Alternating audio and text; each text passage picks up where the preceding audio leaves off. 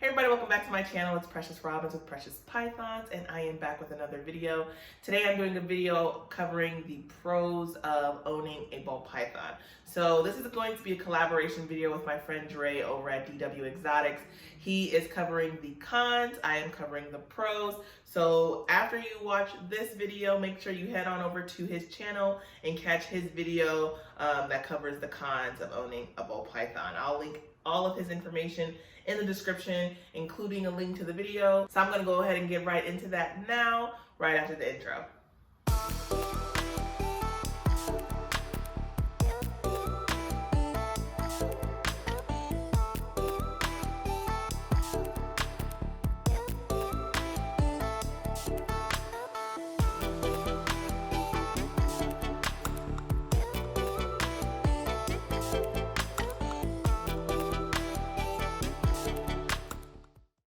So before we get started, this is my beautiful fire pie, possible sandblast, possible cinnamon, female Fiamma, and I'm going to be doing this video today with her while I am admiring her beauty, along with you all, hopefully. So I would say one of the pros of owning and keeping a ball python is that they're probably considered one of the most docile species of reptiles or even animals, honestly, that you can own. As you can see, this girl is a pretty good sized female. She is considered an adult. I think she's weighing right at about 1,500 grams. And again, she's just very calm, very docile. I can handle her wherever, at home. I can handle her in public. My son, who is turning 9 years old next month, can handle her as well. And like I said, just very calm, very docile. You do get some that are kind of head shy, as she is a little bit. You can see that she kind of jumps and flinches a little bit when you touch their head or go near their face. But besides that, they're very docile, very calm animals, and I would say that's one of the biggest benefits of owning them. It's very rare that they strike at you, especially as grown adults. You of course do have some that are a little bit more defensive and that will strike and will bite. I have been bit before by a ball python. Honestly, I don't know anyone who has owned a ball python that hasn't been bit, but even if you are bit, the bites don't hurt at all. They literally feel like a pinprick or a paper cut. I would say a paper cut actually feels a little worse. But even with the times that I have been bit, they've typically been user error when I was pretty new to keeping and made a few mistakes along the way. So again, one of the most docile animals that you can own, and if you are even bit, which is unlikely by this type of animal, by a ball python, you will barely have anything to pretty much show for it. Second benefit of owning a ball python is that they can be kept by pretty much any age group. So I'm talking if you have a child that is very young that wants a pet animal, a ball python would be a really good option, especially if you're thinking a reptile or cold-blooded species. And that's just because, again, of their very docile nature. They're very slow moving. So any age can really handle them. As far as care and everything, of course, with any animal, especially when dealing with young children, you want to make sure that you're supervising them when they're holding the animal, supervising when pretty much anything, just like you would supervise any young child when they're doing pretty much anything. But it is a great beginner animal for anyone of any age. A third benefit of owning a ball python is, as you can see, they're very easy to handle. As long as you're supporting their mid section of their body, that depending on how long they are, of course this girl is pretty big, so the midsection would be just about here. I'm supporting her body, letting her kind of crawl and slither on me and supporting her as she does so. And again, it doesn't get any easier than this handling a ball python. Sometimes they're a little bit more faster moving and flighty, and that's pretty much when they're younger. But as they grow older and they get used to you, get used to your scent, they'll definitely be easier to handle. So if you're looking for a calmer species of snake or reptile or animal, I would say a ball python is definitely the way to go. All right, so number 4 is they're pretty inexpensive to keep. With these animals, of course, you know, just like with any species of animal, depending on the color, pattern, size, genetics, the price range can change, right? Well, with these, they can get pretty expensive. I've seen ball python morphs cost anywhere as near, you know, $12,000, $15,000, whereas they can also be just as cheap as 25 bucks if you're looking for a pretty standard, normal morph.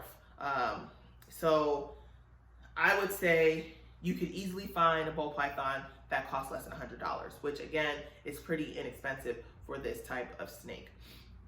Now, not only are they pretty inexpensive to buy itself, they're very cheap to maintain as well. Now, of course, just like with any animal, you can get pretty fancy with the enclosures and the husbandry. For example, if you're keeping this type of snake in a glass enclosure, you could be spending $300, $500 on a glass tank, and then the equipment that you're going to need to modify it so that its husbandry needs are met as well. It could get pretty expensive, but it could also be just as cheap if you were to, for example, keep a snake like this in a plastic tub that might cost $15 at a Walmart. And then of course you have the substrate and the water bowl and, you know, things that are going to cost you pretty much cents on the dollar. So that will be very cheap and last you quite a bit of time. Even with food, they eat rodents. You can buy a pack of frozen rodents for about 20 bucks. That'll last you, depending on how many snakes you have, last you a couple months. So absolutely a great snake to own if you're looking to not spend high dollar amount on a pet. Now, another benefit of owning a ball python, which could also be considered a con, is that they can live for a very long time.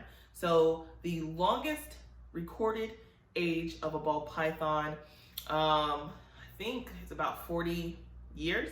So they live obviously for a pretty long time. You know, if you get a pet like this in your, you know, middle age, it might live just as long as you will. So if you were to buy a ball python, just keep in mind that, you know, these snakes do live for a very long time and that it's a very long investment. But again, like I said, a benefit of that is that if you have a small child who wants a pet, this can be a pet that they grow up with, take to college. It's going to be around for a very, very long time. And like I said, some people might not see that as a benefit, but to me, I think that's a pretty awesome benefit of owning a ball python. Number 6, I would say, is that they are absolutely beautiful.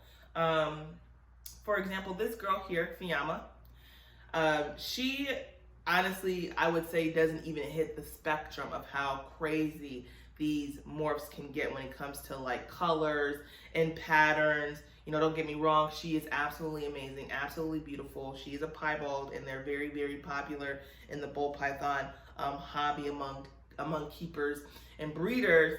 But again, she would be considered, I would say, pretty basic when it comes to beauty when you see some of these other morphs and genetics that are being bred by some of these breeders. So, you know, if you're looking to own a snake, and specifically a ball python, they are very beautiful. They are very amazing to look at. They change colors as they grow older. They change colors when they are in shed. And, you know, seeing them grow is just a benefit that I feel is just so magnificent, you know, when they're developing right before your eyes. So very beautiful animals. If you love art, I absolutely believe that they are living art. I think that would be a great benefit to have them as a pet. The last pro of having a ball python as a pet, and this may be up for debate by some people, but they don't require much space. And the reason why I say it might be up for debate is because, one, space is relative, right? It's all subjective when it comes to what you think is a good amount of space versus not. But typically the rule that you want to follow when it comes to having space for these animals is you want to have double the length of their body when you're keeping a ball python. Now, and I would say that if you are keeping on a very smaller scale, and if you can really adjust their environment to make sure that they are comfortable. Because if you can double their space and make sure they have a good amount of space to move around, you also want to make sure that you can provide adequate heat. You want to make sure that you can provide adequate hides, and make sure that they're comfortable, and make sure that you can maintain humidity as well. Otherwise, you would want to keep them in a pretty smaller space so that you can maintain those conditions, because they don't require much space. They like small, dark places. That's where they feel most comfortable. So, and the reason why, like I said, space is relative is because someone that is keeping a ball python in a 4 foot by 2 foot tank, they might not consider that a huge enclosure. And it's not honestly that big, that's not a huge enclosure. But honestly, like I said, if you have a female adult, I think that would be a pretty good size to keep a snake in if you can maintain that space. But you can also keep, a snake like this in a, 41 quart sterilite tub, and they'll be just fine. I would just always say, do what works best for your snake. If you find that your snake is thriving in the space that you're providing it with, then continue doing what you're doing. If you find that it's not, then adjust the environment until you find out what works. But do what's best for your animal. So that's pretty much all the pros that I have for owning a ball python. I hope that if someone is looking to own one, that gave you some encouragement or was beneficial in some way. Like I said in the beginning of the video, make sure you head on over to Dwxoticz to make sure you check out his video that covers the cons of owning a ball python, because trust me, if you are thinking about owning one and you don't own one already, you're gonna wanna know both sides. So he makes some very good points on some of the disadvantages to keeping them, and like I said, it'll be necessary for someone who's a first-time keeper. Otherwise, if you have any questions, you can hit me up on Instagram, Facebook, or comment down below on this video. I'm open to answering any questions that you guys may have. If you liked this video, make sure you give it a thumbs up. If you're not already subscribed to my channel, make sure you subscribe and hit that notification bell. I will see you guys next time. Thanks for watching.